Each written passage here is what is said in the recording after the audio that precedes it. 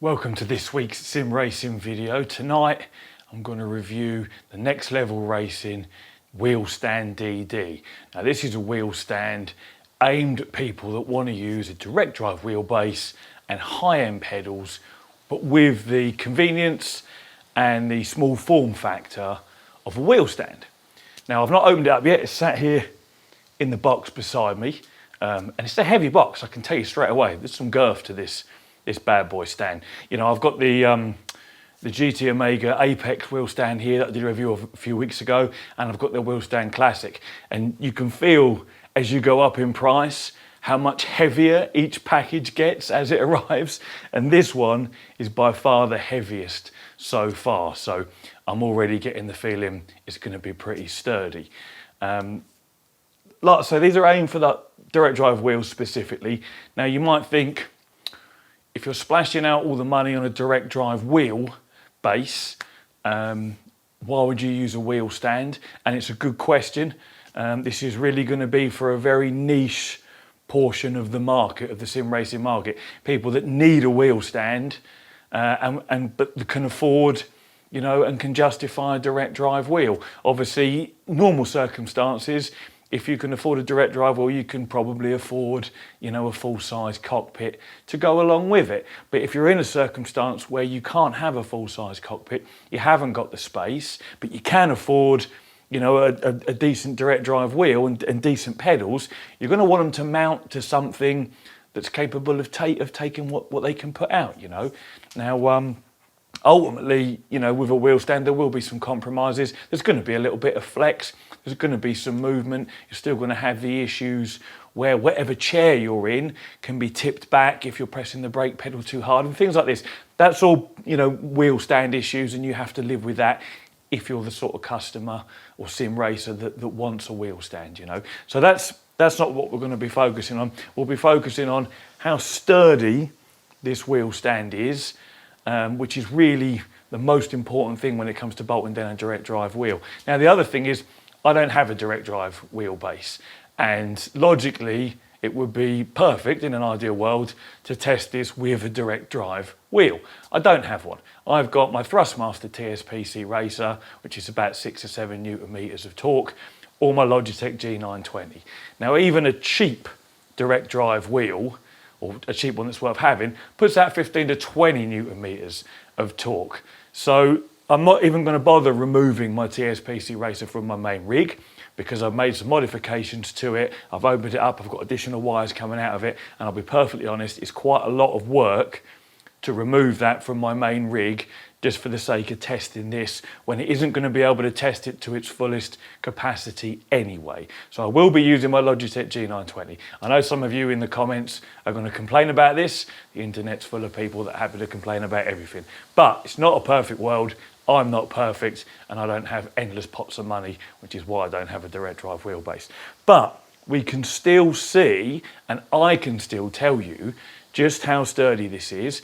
I can physically apply forces in the directions that you would get forces applied when using a strong wheelbase, you know. I can quite happily sit down there and we can give it a good sway left to right and see how much flex there is in the uprights. I can twist the wheel deck and see how much flex we get there. All the things that your direct drive wheel might normally do if you've got a 20 or 30 Newton meter direct drive wheel. So I can still test all the things we need to test.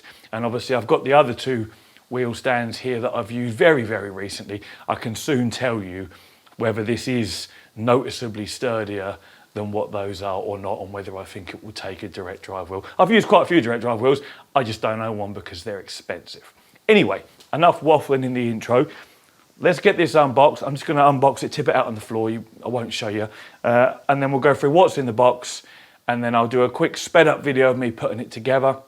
If I come across anything interesting or noteworthy, I'll pause the video and talk about that, and then I'll carry on. So yeah, let's get down there, let's get it unpacked and see what Next Level Racing have sent us. Now, before I start putting this together, I wanted to just take a moment and show you exactly what we've got, and also just comment on how well packed this all was. There was your main box, which then had another main box inside, and inside that box was another smaller box with all these parts in, and then this section here was wrapped in bubble wrap, just like you can see all these parts here are also individually wrapped in bubble wrap. We've also got all your nuts and bolts packaged like this. Now, I've not seen this before. My head's totally out of shot, sorry guys. I've not seen this before in sim racing products that I've bought. I think that's a nice touch. Literally everything's labelled on there.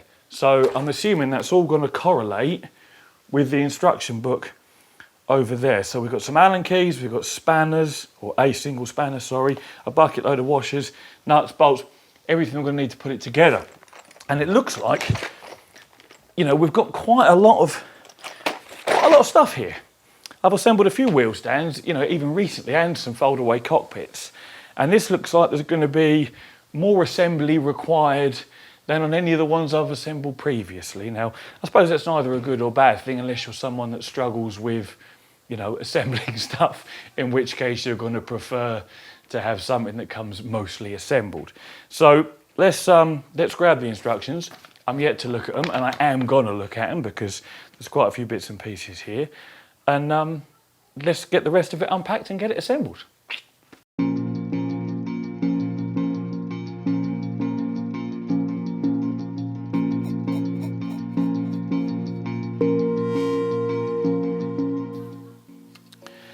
Again, just something else I'm going to show you here. Unnecessary detail in the packaging, but that's nice to see. They've gone to the trouble of, I don't even know what this piece is yet, but of encasing it in cardboard, both sides stapled together. I mean, just to, I'm guessing it's something visible, or maybe it's, I think it's the feet. Yeah, it's the feet. So, that's on top of the fact that it was in a bag, in a box, in bubble wrap, in another box that was in another box, it's almost in its own little box. So, just nice attention to detail with the packaging there. Anyway, let's get this built.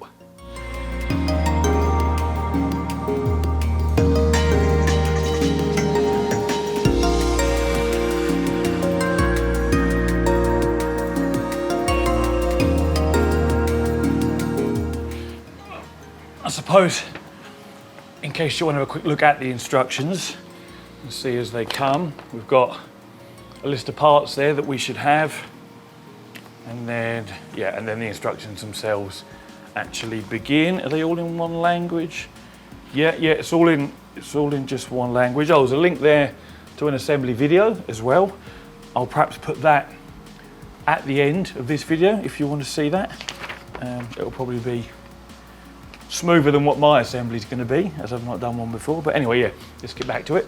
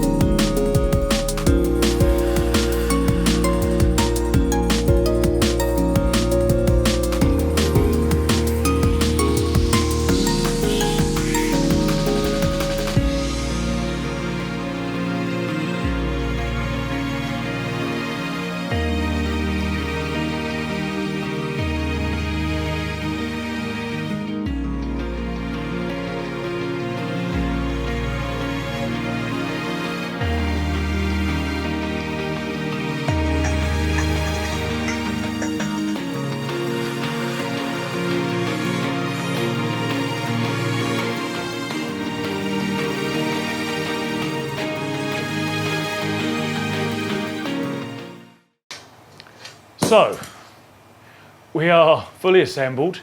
I think that probably took me about 20 minutes maybe, something like that. And it all went smoothly. The instructions were clear enough. The only thing I would say about the instructions is that it doesn't specify whether you put washers on the inside of the nuts that come with this. Now the nuts are flanged, so you wouldn't have to. But there was enough washers, so I put washers on the insides as well as on the, on the outside of the bolt themselves. It's come with all the tools that we needed to put it together. 2 different Allen keys and a couple of different spanners, 3 different spanners. And yes, it's all gone together pretty smoothly. Now there's a couple of options. You can choose to fit the casters on the front, which in this instance I have chosen to do, because I think for most people you're probably using a wheel stand because you need to move it around and you can't leave it set up. If you use the 2 remaining feet, which it does come with, then you'd struggle to pick it up and move it around. So I put the casters on. It's got 2 casters at the front, they're lockable, and there's 4 feet along the back here. So in fact what I'll do is, I'll grab that camera and I'll come around here and give you a little close-up and talk about the individual bits and bobs, that way you can see a bit better what I'm talking about. Yeah, so lockable casters on the front, you can see the little locks there, and then I've gone for, well I haven't gone for, you have 4 feet that go along the back there, and then there's 2 spare feet there that would go in place of the casters. This plate you see on the floor here is for if you wanted to fit a handbrake, that would fit on top of this shifter plate as well. Now I don't have a handbrake to fit to this, so I've just put the shifter plate on there. Everything does, I haven't done everything up super tight yet, because I might need to adjust the angles of things once I start fitting my wheel and pedals and that. But you've got, this will show up hopefully on the camera, yeah, you've got pre-drilled adjustment slots here for the steering wheel deck, which means you can put it at any one of those angles and there's no way it will move up and down. If you just had a smooth slot, like on some other wheel stands, there's potential there for it to, for you or the strength of your wheel to actually make it move within that slot. So that's good to see. You can see them there, just the top 3 available.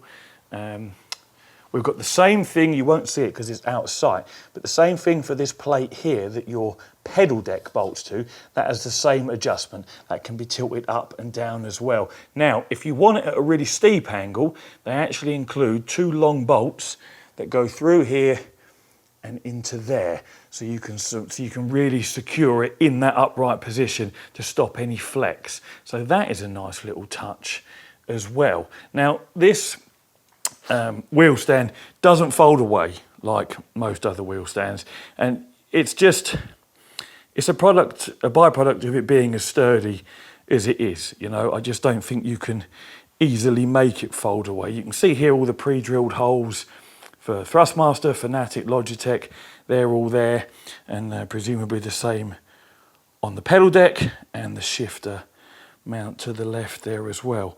So yeah, so far, first impressions, it's very heavy, it's very solid, it's come with everything you need to assemble it and to install it, and there's still loads of bolts left over there on the floor, and they are, I presume, going to be for installing your steering wheel, your pedals and your shifter.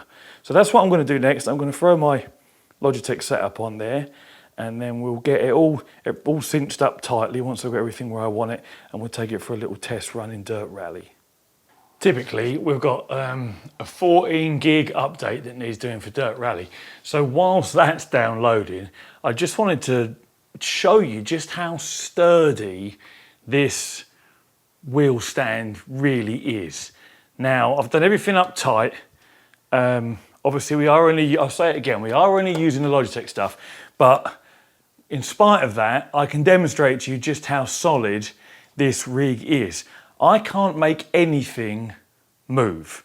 If you see movement here, it's where I've got quite reasonably thick carpet here, and you'll see the cockpit, the wheel stand sinking slightly into the carpet more as I apply weight over different parts to it. But it's, and in fact, the first thing I'll do, you're not going to see, I'm literally going to put all my body weight on the wheel stand, and I'm going to shake it around, and you can see it's just not moving. There's literally just like this wobble here, you see, is not the wheel stand, it's sinking into my carpet, or it's me applying leverage and lifting a corner. So the actual stand itself, look, you know, my legs are in the air. It is solid. You know, side to side movement, which is what you would see if you had a really torquey wheel. There's just none whatsoever. I'm getting hot doing this. Wheel deck flex would be another one, back and forward. So, I mean, I could literally break, I could tear my G920 off of this before we really had much in the way of movement. There is a, is that, so yeah, there is a tiny bit, or is it the carpet? I can't even tell if it's this or if it's the carpet. I think, no, it is this. So there is a tiny bit where these extendable sections here, they are just flexing a little bit. But as you saw with this demonstration, they don't flex much. Which is probably the stupidest wheel stand review you've ever seen. But you get my point. It's solid. Now, you do get what you pay for when it comes to these wheel stands. This is by far the most expensive of all the wheel stands available. It doesn't just have to be for direct drive wheel use. If you just want the most solid wheel stand there is, whether you're using Logitech, whether you're using a TSPC Racer, a TX, a T300, an old T500, whatever it might be, or any of the Fanatic belt-driven ones, whatever it might be, if you want the most solid wheel stand, then so far I'm going to say this is it. We're going to do a driving segment just so you can see from a side-on view, you know, how it probably doesn't move at all. But we're going to do it anyway, just for fun. But there will be links in the description for this and for other wheel stands and all my discount codes and crap like that as well, if you want to buy stuff. But so far, it looks pretty bloody solid. I haven't got anything negative to say about it aside from, you know, the high price. But again, you get what you pay for. You know, the Apex wheel stand from GT Omega is a bit cheaper than this, and that's pretty solid, to be honest. It isn't quite as solid as this, but this is, you know, you can tell just by looking at this, it's a little bit beefier. But the Apex wheel stand, if you're looking for something that's more rigid than the classic wheel stand or those cheap eBay wheel stand I referenced the other day, then the GT Omega Apex one's a good shout. If you really want the best of wheel stand technology and rigidity, then this is definitely it. But yeah, that was just a quick demo of just how solid it is. We'll be back in a second once Dirt Rally's finished updating, and we'll do a little driving segment where you'll see it all from the side and just see whether there's any sort of movement. Again, the pedal deck, it's held down by 6 bolts along the front here. You can't see them in this shot, but you saw where they go earlier. And there's just no way it can move. It's just, you know, it's fine. And as far as wheeling it about goes, the caster, oh, I've locked the casters. Let me unlock the casters. And then I'll just show you how easy it is to wheel around, because the casters move really quite freely. I'm just using my fingertips here to pick it up. I'm running over my cables, but shit happens. So yeah, that moves freely on the casters. If you want to be able to wheel it out the way, put it in the corner of your room or cupboard under stairs or whatever, then you can do without any trouble. So I'm going to lock those casters again, ready for when we do the driving segment, so I don't forget. I don't think there's anything else I need to mention. Actually, I've done all this up tight with what I think is going to be my driving position, but I'm yet to offer up a chair. So I'm going to go grab my chair, make sure this is where I want to be as far as seating position goes, and then we'll wait for this download to finish, and I'll be back with you guys in a second doing a driving segment. Right, before we start this little demo in Dirt Rally, I just thought I'd show the rigidity of the shifter mount. So it bolts up here, and then you've got 3 bolts down the side here that hold the plate on. And this here, again, really very, very solid. There's no sort of side to side movement or up and down movement, in fact, like that. But there is a little side to side, if you push it from the sides here, where it can sort of rotate there. Now, it can't really be helped because ultimately you've just got a bar coming down and out. There's always going to be some flex when you apply pressure at the furthest point where the leverage is in your favour, so to speak. So there's a bit there. And again, when we do the sort of up and down of this whole assembly here, you can see we're getting some movement sort of down this axis here. Now, Barry from Sim Racing Garage suggested it's because there's no plastic collars, pardon me, in here. Now, plastic collars there wouldn't make any difference in this case. You've got 2 bolts, one here and one here, holding this upright section totally flush with this tubular section. This box section here that it slots into. It's literally surface to surface with 2 bolts spaced, 2 inches apart. So having a sort of plastic sleeve in the top is not going to make any difference. The issue is literally that it's pulled in by 2 at this one point. If you wanted to stop the flex altogether, you'd have another 2 bolts further down here that came through and held the bottom end of this length tight as well. But even then, you would still get some flex in that box section. So it's not a lot, but you may be able to see it in the video. It's not a lot, but there is some there. Again, we are sinking into my carpet when I do that as well, so it probably looks a bit worse than it really is. But I just thought I'd mention that. It's only little, and again, this is a wheel stand. It's not a cockpit, you know, it's not an aluminium profile rig. It is a wheel stand. There's going to be some compromises, so you've got to expect a little bit. The other thing I thought I'd point out, can you see it? Possibly. There's a hole here, and the same on the other side, and some other ones. There's some little plastic caps I've got that go in those, that cover up where your bolts go through. I haven't put them in because I'll be stripping this down and packaging it away again once I've finished with it. So I thought there's no need for me to put them in, only to then have to try and prise them out with a screwdriver and potentially damage them or anything. So you wouldn't be left with holes like that. If this was yours, you'd have put the little caps in to tidy it up. Now, so let's get some dirt rally on the go. I'm going to just sort of zoom in on the side here so you can see what I'm doing, but let's start some screen capture here. Yeah, that's all good. Now again, we are on the Logitech stuff, but I've already demonstrated how rigid it is, and you know, this section's almost a bit pointless because you know it's going to be pretty solid, but we're going to do it anyway just for a bit of fun. 5, 4, 3, 2, 1, go. One right, very low. Now, one of the biggest problems I think with wheel stands is that your chair isn't attached to the rig. So ultimately, 30. if you press too hard on that brake pedal or any pedal, you can tip your chair back.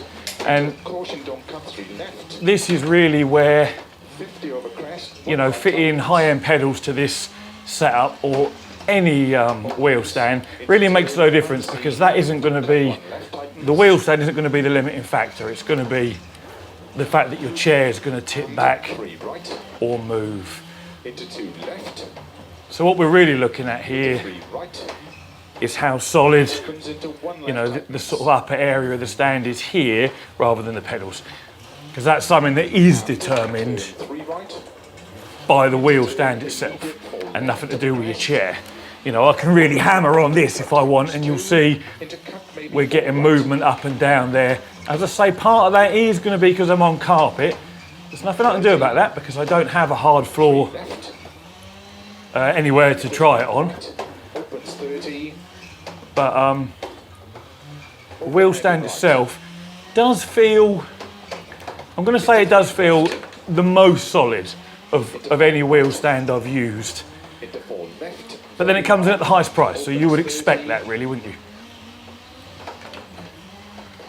Actually, again, talking about price and quality and what have you, 3 left. the bolts that come with this Into 2 for securing your wheelbase and your pedal deck and your shifter are noticeably better quality than the ones I got with, say, the GT Omega, Apex or Classic.